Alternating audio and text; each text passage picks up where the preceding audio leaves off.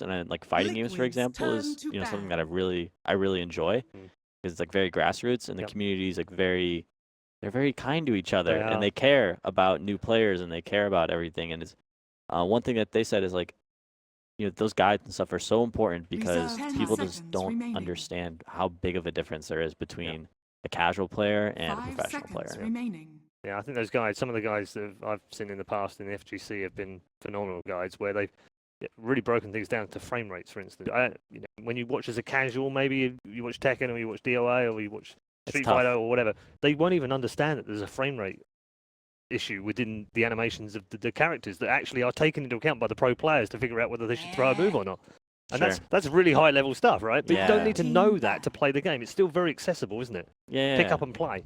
Anyone can Dota's tough. I've always been a big fan of the game being more simplified, which is why I was like a little kind of hesitant about the talents because it seemed like just another complexity to add to Dota. I feel like they add all these new items. And do you think actually in some ways though they might simplify that? Because they're a little bit more easy to understand. Talents are great, shrines are great, bounty runes are great because they're candy. The player's like, oh, I'm going to walk across the whole map. I'm going to pick up this bounty rune and get 60 golden experience. I'm doing something. When it's terrible. It's terrible. Gank, pull, get a last hit maybe, but it makes them feel good and it makes the game fun. And that is one really good thing about it is that you can play Dota any MMR and you feel like you're having a great epic game even though you're terrible. Yeah. That's really important. So that part of Dota is good. But for the players that do want to get better and sometimes get a little too frustrated, it's easier to go play something else that you only have a couple skills and straightforward ultimates and stuff like that. Yeah, Peter mentioned that we haven't had many new players over the years, and a lot of the players that were here 10 years ago are still here. Yeah. But the ones that we have had come through, particularly in the last 2 years, Samael being one of them, come straight off the pub star circuit, if you like. Anna's come through, Miracle's come through, SCC's come through. We've started to see the players come through. Are we not tapping into their knowledge as to how they got where they got? Is it not an inspirational story to find out? They're too busy winning millions. Well, they are, but there's no harm in doing a ghostwriting piece with them, is there? I mean, and finding out how they did it. Those players definitely make guides and stuff, but it's still those players are still working to catch up because everybody else has been playing for 10 years, and they're just coasting along, kind of getting better. But these other guys have to like gain 1,000 MMR and continue to accelerate after that, which is a very difficult thing. And at some point, those guys giving their knowledge is not what's going to make the average player better. The average player will get better if the in-game resources that are easily available are a little bit more direct, maybe. That might help, but there's they obviously also need so to many be things. charismatic enough to put that into words. Absolutely. One of the hardest parts. Yeah, that's true. I think we could probably, you're probably right, Peter. We could probably make an hour's worth of podcast out of this. So we'll have to come back to this because the draft is well underway and we are in the second phase. In fact, done the second phase bans. Lena Lifestealer for MP. Nothing crazy so far. And the Magnus Rubik. A little bit of a change up. Yeah, nothing too weird. I mean, we've seen them play plenty of Rubiks. Not like it's brand new to them. Honestly, I haven't seen too much Rubik. We've seen a couple of Rubiks this tournament. I think the hero's very, very good. He's got a level 10 GPM talent, which kind of takes him to like another tier of support for me because you just kind of naturally get your Blink Dagger without even getting last hits. And sort of. I mean, it's only 60. It's really not much, but it adds up. It definitely adds up, yeah. As long as you're not dying, your gold is increasing quite significantly. And he also, he does get a couple last hits here and there with Fade Bolt, just like defending towers. So from my experience playing the hero, you can get a relatively quick Blink Dagger, even without having like too good of a game. MP have come back for the Slardar. You've not been a big fan of the Slardar so far, have you? Well, I don't think it's been paired correctly. I think that if you're going to pick this Slardar, you need to have some team fight behind you because that's the issue. I'm seeing Slardars jump in and then not really having the proper follow-up and the team fight's just being lost immediately after. Well, that said, I like it here with Lifestealer. It kind of blows my mind that they were able to get that combo in some ways. They banned out Centaur and Batrider instead.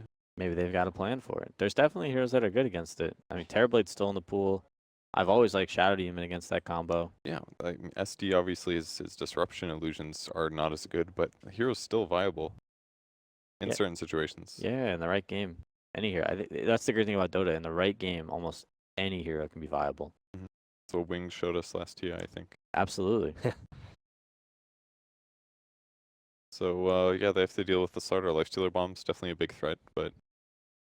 Slark can be very good. Nice and power target. Good versus Lifestealer and Slardar. 2 AoE stuns, though, is that really worth it? Could be tough, but he's one of the heroes that can kind of deal with that Lifestealer and Fest Bomb from Slardar. We saw Necrophos earlier from Liquid against EG. Maybe Winter Wyvern, but I don't know if you want to do that against Lina. Weaver's not too bad. He is susceptible to dying to that burst if picked off alone. He also doesn't work well with Empower. So yeah, bit of a strange pick, but going a different route with the Magnus. Well, they had RTZ on Weaver against the Lifestealer in that game, didn't they, earlier with EG? Yeah, Weaver's really good against Lifestealer by himself. It's just he's vulnerable to the ulti combo. Yeah, and he did die a lot early on, if I remember rightly, in that game. Got caught out a lot. But did come back and have a good game in the end. So NP going for their pretty standard Beastmaster. MSS's Beastmaster is super good. 5 seconds remaining. Lots of good things to steal for Rubik though right now. Pretty content with this game. All things considered, I think NP's having a little more NP of a draft, which I think is good for them. 10 seconds remaining. Back to comfort. Except for that Envy might be playing a spellcaster mid. That doesn't sound like him. I haven't seen Envy play Lina, which could be the hero, but they could also just play Lina support. That wouldn't surprise me too much. Timbersaw is a great pick here. Can lane 1v1 versus Beastmaster decent. He's got good AoE, so he can clear Hawks and Boars and stuff. Be survivable too. Can have high armor, so he can do okay against sort of Lifestealer combo. He does okay. There's 3 strength heroes. Timber's almost always going to be a good pick in those situations. No, for sure. He can be very good here. There are some decent ways for them to deal with him, though. And he can die to Lifestealer Slardar. Like if he doesn't have those reactive armor charges built up, he can be bursted. But he's okay. Yeah, he can work well. So there's still I don't think you picked Terrorblade here. Kroki saving that support for last pick. That's his thing. I mean, it is important for supports to be effective against the heroes they're playing against, but I think your point is valid. Although I'd say their cores are pretty effective this game. I mean, maybe there's some Weaver weaknesses, but I think Weaver Timbersaw was completely fine. Yeah, it's not too bad to take, like, in this situation, especially when they don't have last pick. They can, maybe they could have been worried about Timbersaw being banned. 5 seconds so they remaining. pick it and then they let NP ban some random support. Reserve they can pick whatever's left for support. So if they really, really felt like they wanted that Timbersaw, it's not a bad fourth pick. I don't know if this is consistent or not, but again, they've got Magnus, so it could be could be core. So maybe this is one of the reasons I always leave support last. It gives them the mind game potential. Yeah, I forgot. We just saw the jungle Magnus who had more net worth than everyone on MP. 10 seconds remaining. That was nice. Yeah, maybe we'll have another jungle Magnus. 5 seconds remaining. Baden's still in the game, and then Dire team go for TA instead. Not a lot of damage over time from NP, so it could work out decently well. Minus armor to combo with Weaver. The Roche Vision as well with the traps, but obviously they can de-ward, but definitely the jungle Magnus. There's going to be a Rubik Weaver lane somewhere. 10 seconds remaining.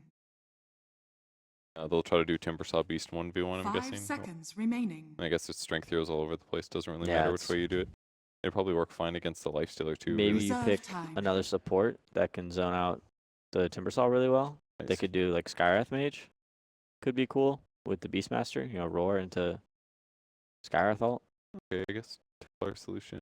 Or they could go good versus Timber. Greedy and pick Veno. Crazy.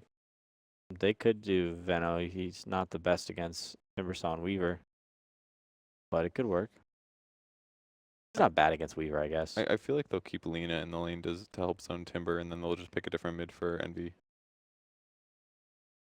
Yeah, Lina's not too bad at zoning Timber, I suppose, but it's not great, but it's not bad. With like open wounds into Light Strike Array with Slardar occasionally showing up, I think it'll work. Yeah, I don't think they want to be in that position where they have to have 3 heroes to zone the offlaner, especially when there's that jungler. I think that SVG on the Slardar is going to do similar things that he did last game and kind of fall around the Magnus, the jungle. And hopefully this time they're able to put enough pressure on the other lanes so that Kroki on the Rubik can't just show up and stop that.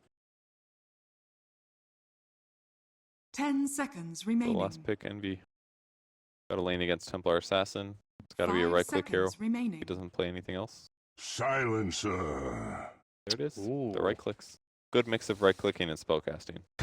Actually, it's going to be really good against Weaver, really good against Timbersaw until they get like Lotus Orbs, stuff like that. It's going to be really effective in team fights. Lotus Orbs and 4 staffs, which I don't. Maybe Yules. Yeah, something to. They need to save whoever gets roared during, because then they're gonna roar and then they're gonna global. So if they can save that person, then they should be just fine, I think. Okay. Time to head into our final game of the night. It's a big one for both teams, as we've already said, with the league table the way it is right now. Liquid have saved themselves a chance to get into the top 2. Can they hammer it home and grab another 2 points? Let's find out as we head back to the commentary team of Odie, Pixel, and Gods. Thank you very much, Red Eye. And, well, we've just had the draft. Game 1 was crazy, to be a word to describe it as the least. Yeah. I mean, Unexpected. Game 2, 5 seconds different remaining. stuff. Switching it up a little bit. MP, again, finishing with something a little bit different. This silencer coming out. The most standard, I think. I'm up to the silencer, perhaps. We'll see where silencer goes, whether it's going to be a core, safe laner, mid, support. Could be a bit of anything, but I feel like MP as a whole, stronger lanes. They kind of fell short in game 1, so could be an NB leaner, you know. It could, and Liquid as well. They've got a fair few ways they could certainly mix around the roles. I mean, we know GH plays the Magnus. We saw it last game. It was very good. It's like it needs. The only other option is the full position Weaver, but without People a drow, don't do that anymore, not really a do they? thing. No. I think the question's more whether Matu plays safe lane Timber, or whether they do Timber like safe lane against the Beastmaster matchup with that matchup. It will be Matu on Timber, so not mind controls. Running at safe lane. Gonna get a pretty good 1v1 matchup, but core silencer, yeah. Eternal MP silencer. What a treat. Curse pretty good at breaking the refraction, at least earlier on in the lane stage. But definitely a good game for TA, one of the better heroes against Slaughter Lifestealer bombs, because if you've got refraction up, you block a lot of that damage coming in. We have it, ladies and gentlemen. I'm sure you never have 2 games like that. Not Yeah, you know usually. what I mean? Yeah. I mean, it doesn't happen. Well, the game 2 you're going to react and be like, this was a major reason why this happened. Let's make sure that You even can't, if you lose 2 games in a row, you want to make it's sure you impossible. don't lose for the same reason. It just doesn't happen. I'm adamant that we won't get that. We'll get a much closer match here. So the MP fans can stop watching the replays from earlier today and Absolutely, they can stop putting that stomp of MP versus RGV on repeat, and they can get stuck back in. 30 seconds We've got Jackie to Mao battle. on the sun, so we've got Howie on the Lifestealer. We've got SVG, Slaughter, Free Silverman ready to go. lanes. Lifestealer going down bottom, so Matu won't get perhaps the 1v1 matchup he wanted against Beastmaster. It's still a decent matchup. That's the thing where they wanted to put Matu, I think, and give more farm priority to the Timber than the Weaver, but he also doesn't really care so much about the matchup. While the Beastmaster's a good matchup, Lifestealer is also a good matchup.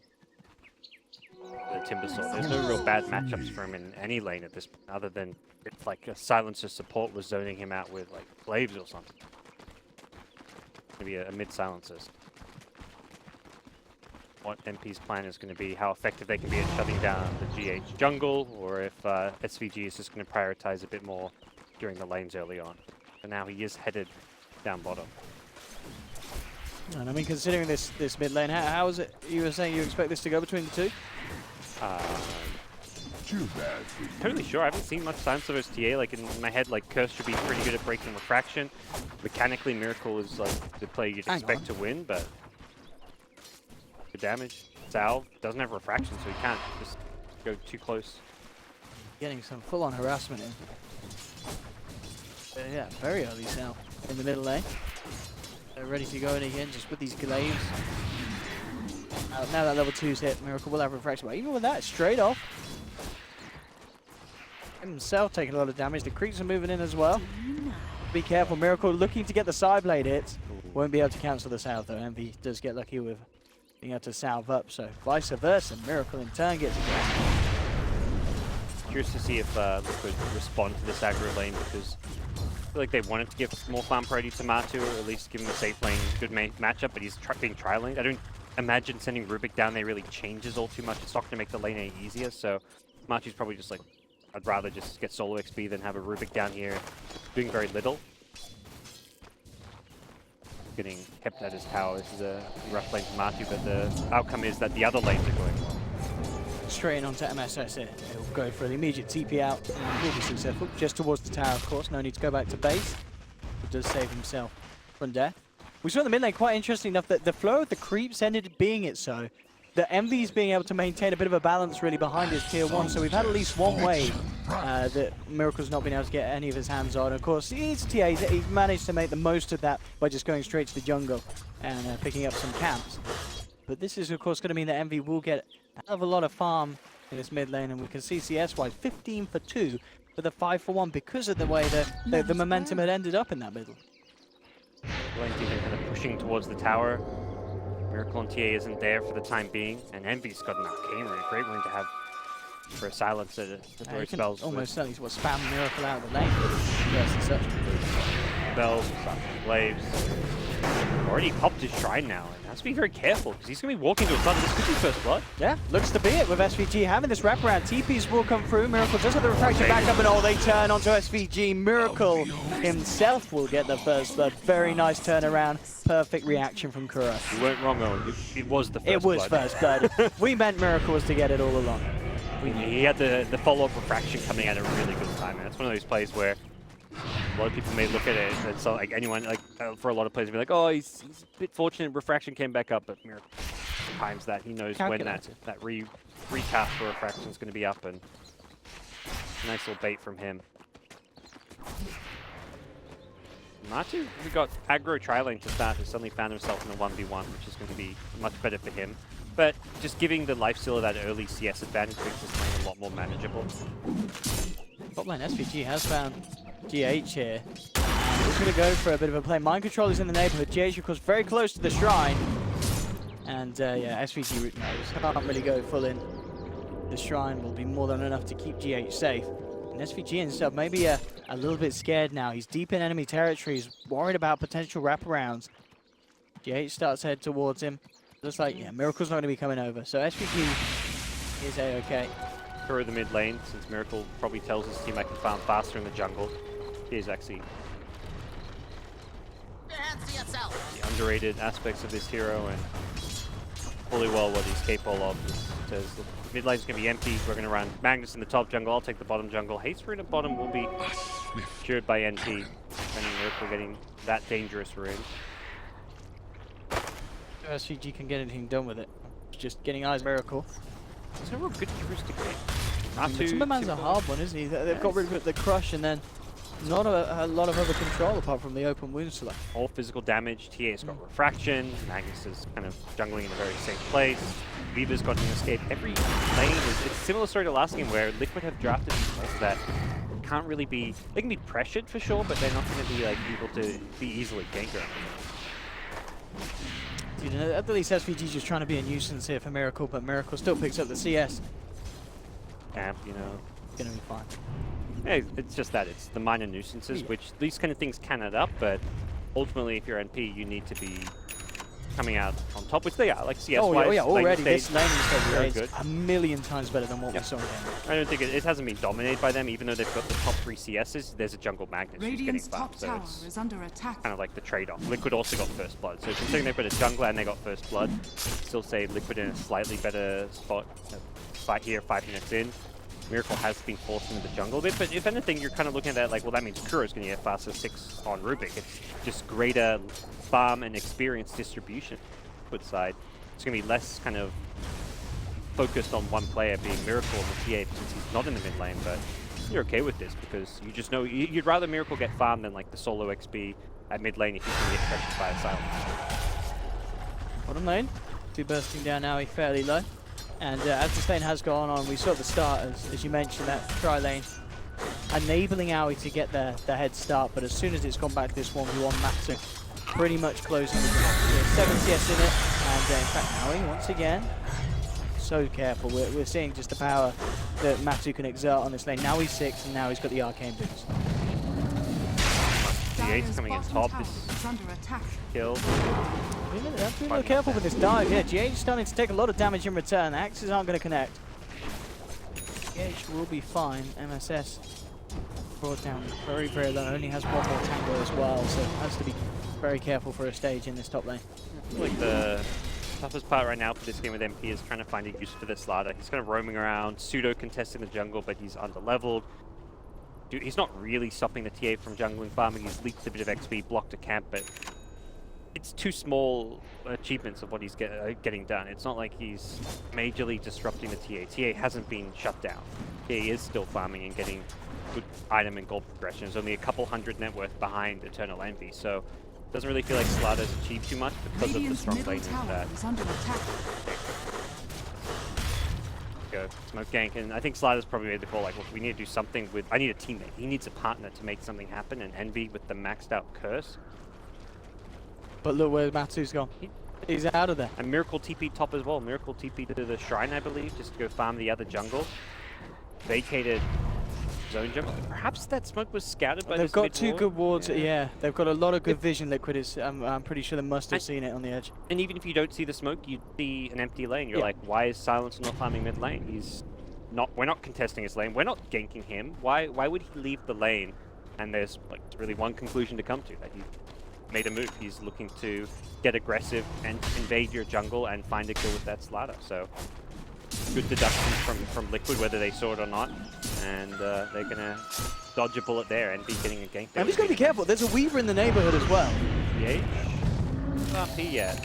I mean, Envy is not going to be able to kill this, and he just goes to get himself straight out of there, and he will do. Yeah. Pure use. Radiant's bottom tower. 437 though, bursted down by Matumba Man. Just did have the roar, but I mean the chakram was already out, so I mean maybe could have saved him, but I don't know. It's a hard call to make in the moment like that. There certainly wasn't any chance of killing Matumba Man, and it is just the support. Worried about Miracle Farm thrown away as he finds a triple ancient stack to work on, kiting these around, making sure they don't get rooted or anything, and straightforward for a TA to farm these ancient stacks. Try to fight them around a little bit, but can't do that as Miracle will get fast treads, and he is top of the net worth.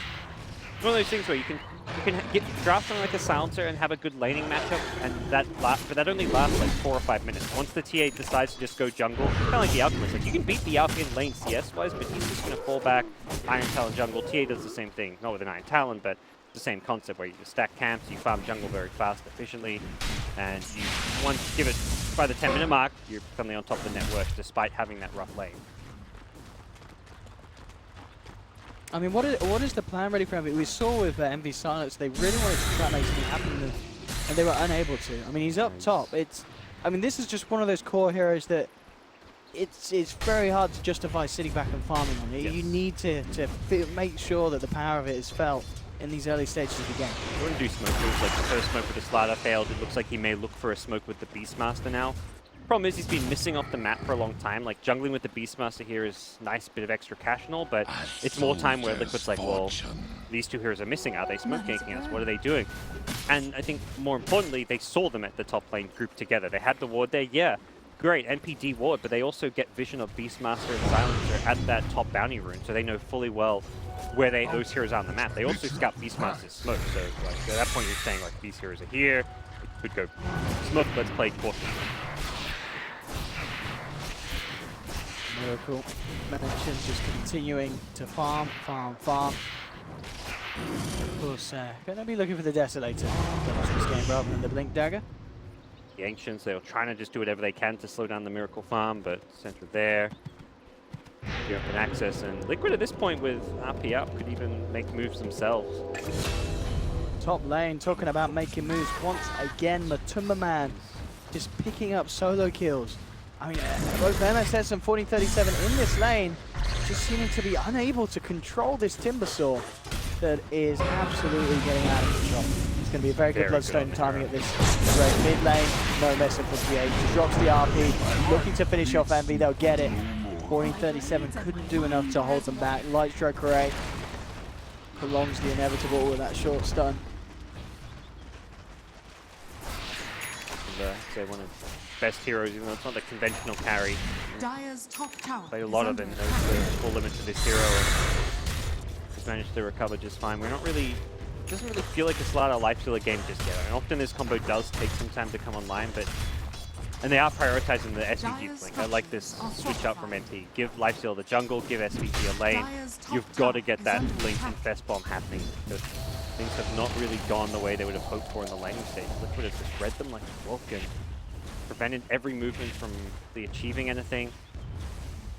Potential Beastmaster smoke coming. He is lurking around. Got it now in his item, so he can actually use it. Regeneration. Things where the vision from Liquid so much of the map, so even when you're going for these smoke ganks, if they see you not farming jungle, not farming lanes, they may be well aware of it. I mean, already you can see Mind Control's position. He's keeping to the trees. He most certainly aware that this is going down, as you said, just because of how much they can see.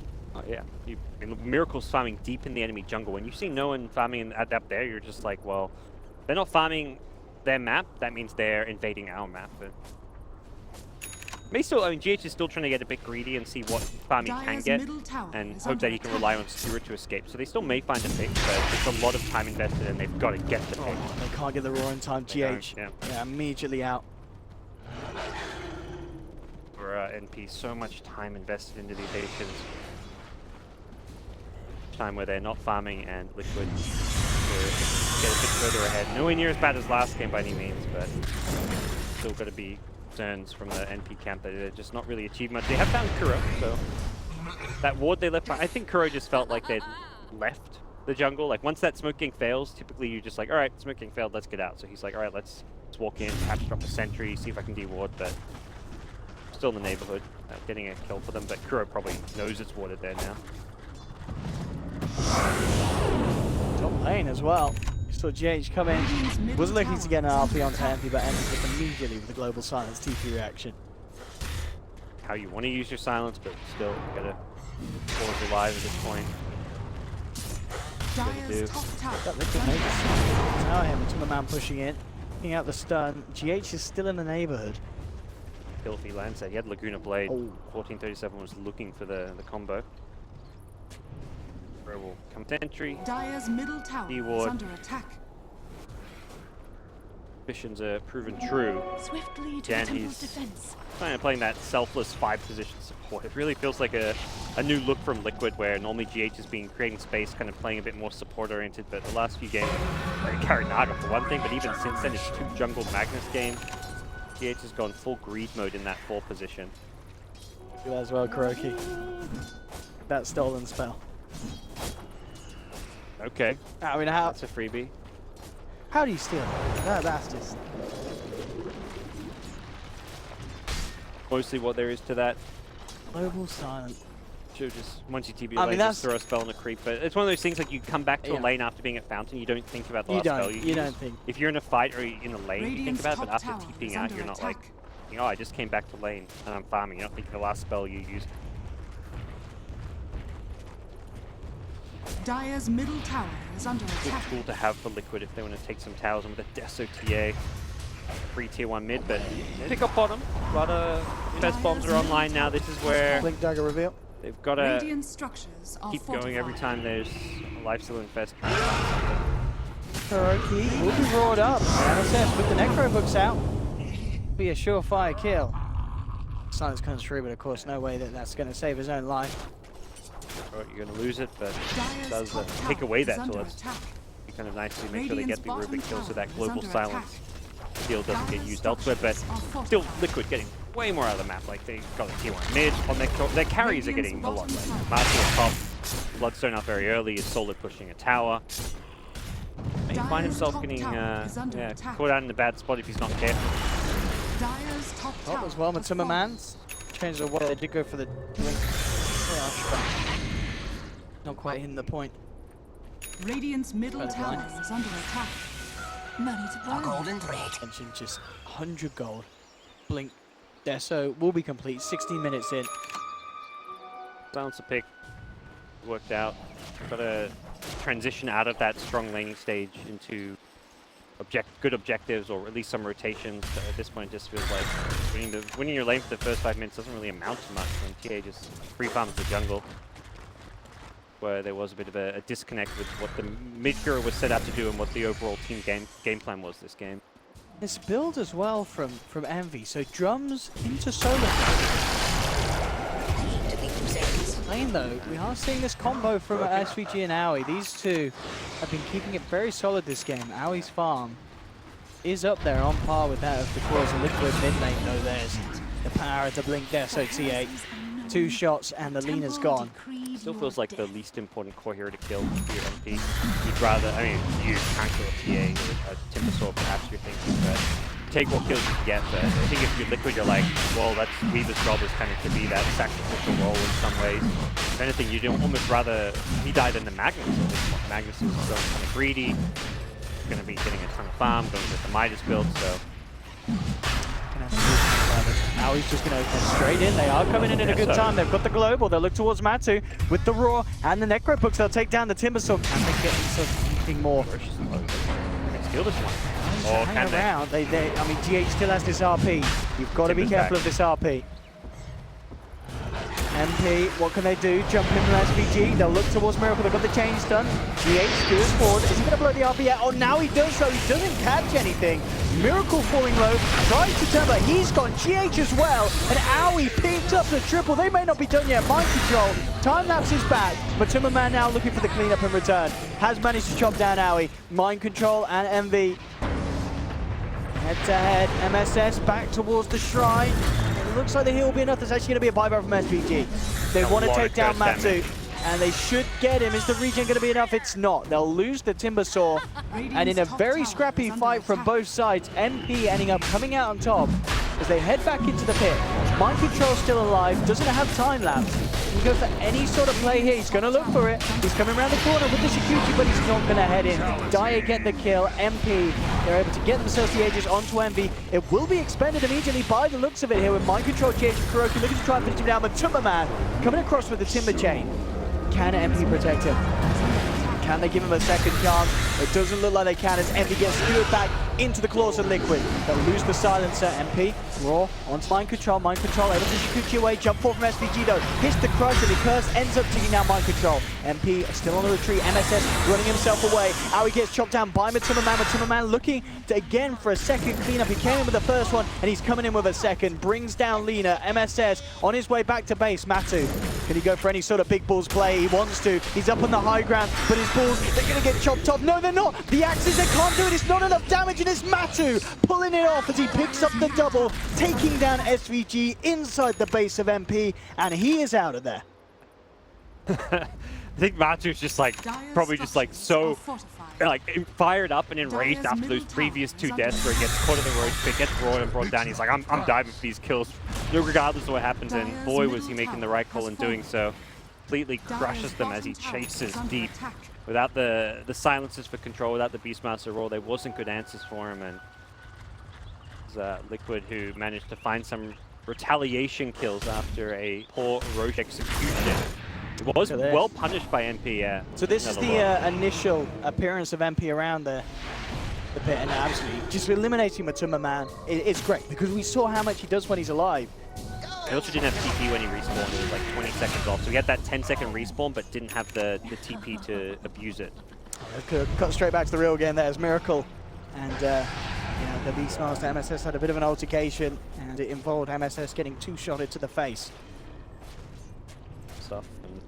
Dyer's top tower this game, it could be a Guardian Greaves. So that is the answer to the Global Silence, and also probably the, in some ways, more annoying Arcane Curse.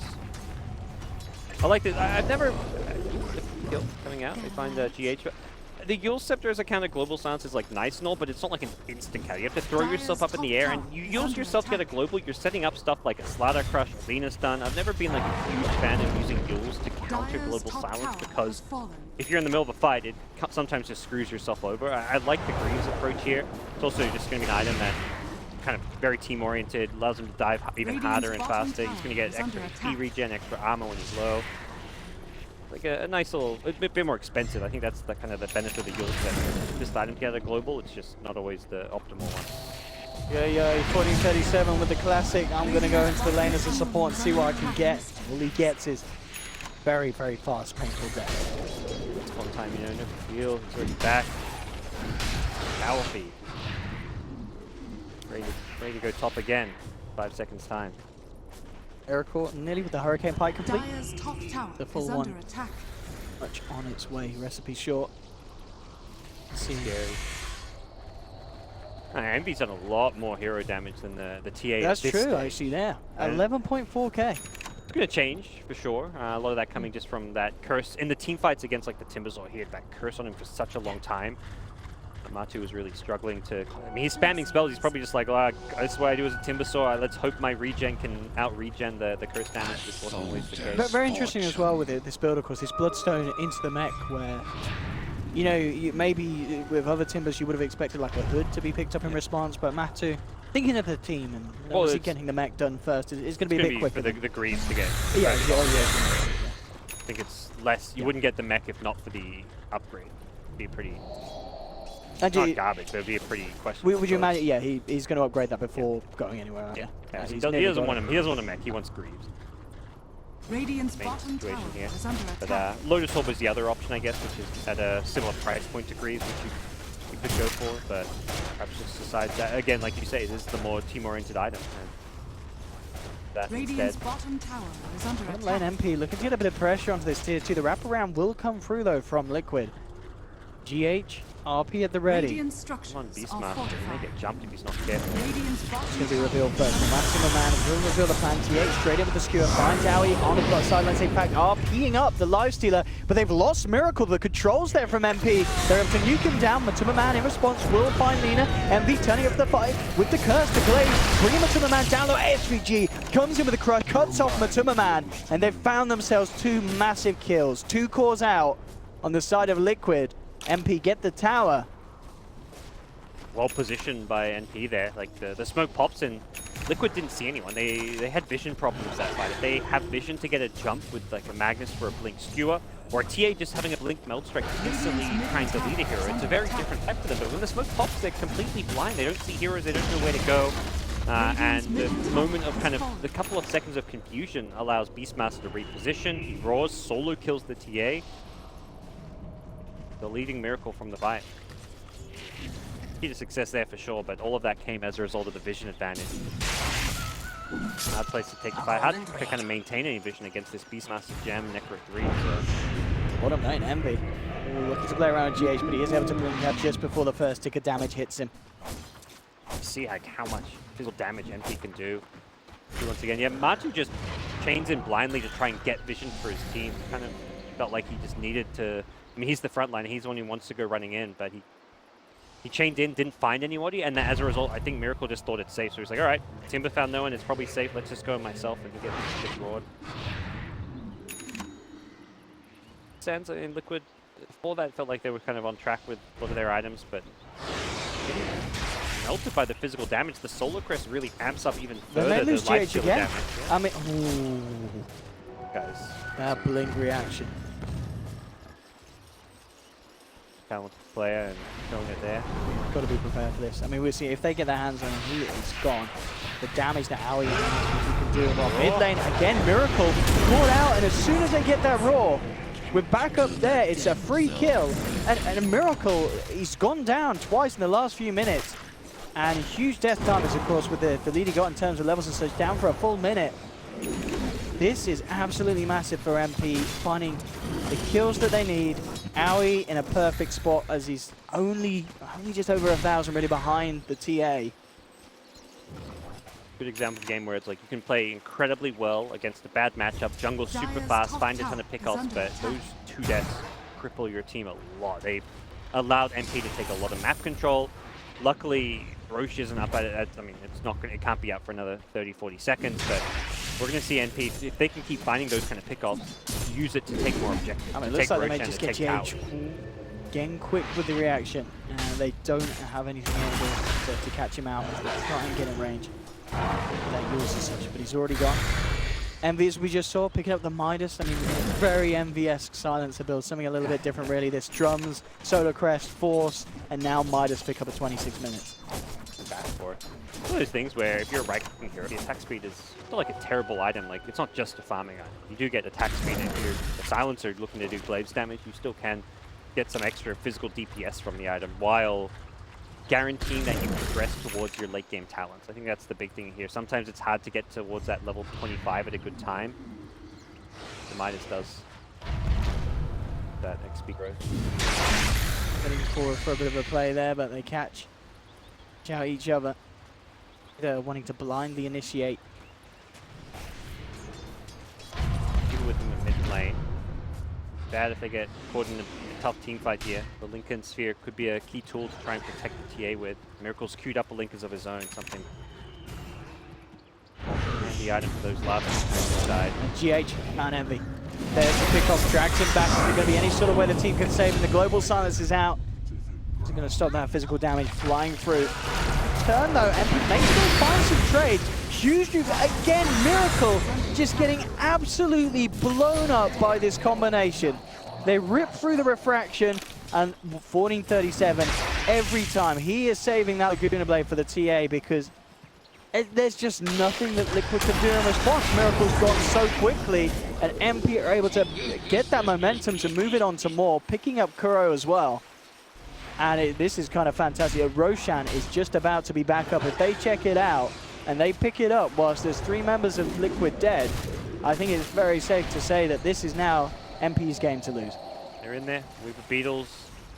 Not sure if they even saw Roach at respawn, but either way, like both 3 heroes dead, you're not contesting this Roach anyway. Fantastic sequence of events for MP. They're doing such a good job of bursting Miracle fight out the fight. 1437, which is always, like you say, saving the Laguna, making sure he even hits stuff, hitting a stun on the TA as well. And Miracle's item progression has gone down the toilet. He's had this Hurricane Pike for it feels like 5-6 minutes and not found any further developments, hasn't been able to get any value out of this Hurricane Pike. Probably reconsidering and wishing he went for a Lincoln Sphere instead of it. It's easier to say in hindsight based on how he's died and how these fights have kind of developed, but now Liquid are going to have playing defensive Dota. Use what vision they can get, which is going to be very limited, playing against the Beastmaster, playing against Jam. Dire's bottom tower is under attack. Yeah, a bit of a... them for now. MSS. Just look at the damage this does. It's absolutely incredible. MSS with that Necro book. Just alone, I mean, 1437 comes along for the casual kill secure. Level 3 Necro. It really is quite something. The Lina get the items and farm right now. Beastmaster's kind of at that point where he's got Blink Necro 3. He's got his tools. Yeah. His role in this game is going to be finding pickoffs, initiating. Lina as a hero can do quite a lot with farm this game. It's like a true core, or you can see 9k net worth. Aether Lens Yules has that long range initiation catch with the extra pass range on the Yules for that, and Spell Amp talent. So we'll see 37 be a very strong late game at level 20 already. That's Miracle's insane, TA. actually. Yeah. That is incredible leveling from this Lina. He's only level 19, but he's also been on receiving end of couple nasty games. Still, we only died 3 times. Bottom tower strong game all across the board from Eternal Envy and his squad, and feels like they've really come together in the mid game, able to start finding a lot of clean, crisp pickoffs. Liquid just haven't seemed to be on the same page. You've got Mind Control often split pushing a lane, Miracle not just farming, but going too deep for kills where he's getting picked by Beastmaster, and it really has been MSS's Beast. Found the key heroes, found the pickoffs of the team, more so than even FPG on the slider. Like, they found a couple best ganks on Weaver, but the key kills have been Miracle's TA, and that's where MSS is. Chaining the ground. He will back up in response, but again, MSS immediately with the setup, just this mana burn for the Necro units, leaving Matuma Man very much in a whole world of pain as they rip him down. MP, I mean, they are just playing a step ahead of Liquid this game. Yep. I mean, Liquid just gone full split push mode, like Mark going onto the high ground there, trying to clear a free wave and probably get out, but like you say, MP a step ahead, they were ready for it, they're already responding. So it's like kind of the Liquid game plan, like he gets picked top, immediately GH goes to shove out the bottom lane, everyone else falls back and can use that kind of pseudo space from the Timber Saw to farm, but you're losing Bloodstone charges, it really, Timber's progressing quite a bit to die like that, so. Kills going NP's way. Big thing is trying to just prevent NP from finding an opportunity where lanes are pushed enough that they can spread high ground while they've got an Aegis. Master, Aura, Necro 3, Lifestealer with a Deso. Now looks like be building into an AC next. He's even got the Crystallis. He can break buildings very quickly with the Rage. This target's going to be, I mean, MP. Are they getting close to the point where you feel that they can go for a high ground push, or? Yeah, I think they're ready now. This That's is what the they're gripping up the bottom. MSS doesn't travel, so he's very far away. He may be on takeoff duty. Look at Howie. Just go straight up with the Rage. Jump. And starts to work down this tier 3. Courier mid, that's what he's doing there. Raw. Radiant's courier has been killed. Free AFK Courier. I did have the Lincoln Sphere recipe on, in fact, for GH, but I imagine, yeah, it was still an ultimate orb short anyway, so not too much of a worry. Why this Lincoln's constantly the miracle. Okay, Pike, yeah, bringing Howie down to less than half. Lincoln's is still not guaranteed survival. You can still break it with duels, with corrosive haze, so yeah, when you can blink crush him, so you can still stun him during the Lincoln set things up. And it's hard for MP, of course, constantly worried about the threat of Magnus, and in fact, GH jumps in with the global silence is there, and they've already lost Matuma Man. Down for 70, doesn't have buyback, they're moving in for more. They'll get GH. The rest of Liquid are forced back, and MP, just, who needs creeps when you got damage like this? They're fighting through the backdoor protection.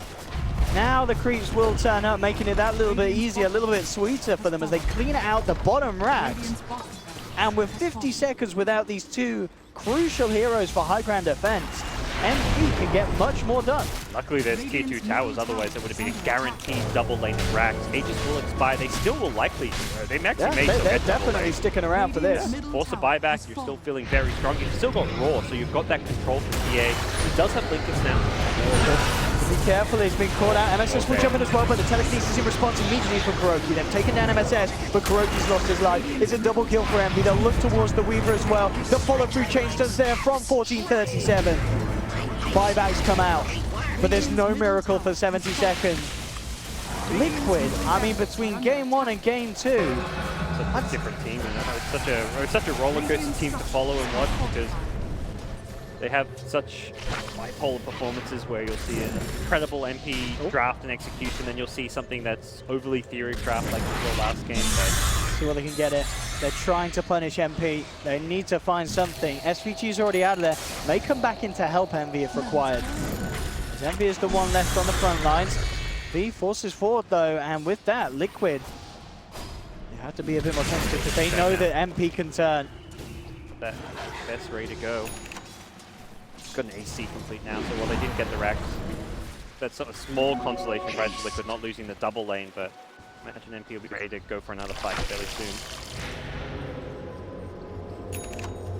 Brilliant play from MP. And it's always admirable to see a team in kind of a series come back from a very painful beatdown. I think it's got a Bloodstone. This is like looking like a Bloodstone now with the respawn time. It won't be insta respawn with minus 12 charges. It'll probably be like he's level 23, so probably like maybe 15-20 second respawn time, I'd say, but be very fast. And boots of travel, it's like you die, you can very quickly get back into a fight. Fights are going to be drawn out a little bit at this stage of the game. I mean, what's the answer for Liquid? It just seems, as you kind of mentioned earlier, it's just felt slightly broken, the team play, especially compared to what we saw from them in game 1. The coordination just has not been on the same level that MP's managed to bring to the plate on game 2. Some big team fight RPs is probably the biggest thing they're lacking. Sure needs to find some key spell steals through like stealing a roar or even like an AoE stun like a light strike array or a slider crush could turn things around. It feels like Liquid have just been waiting. They're not making moves, they're waiting for NP to come to them, and as a result they're getting picked off time and time again.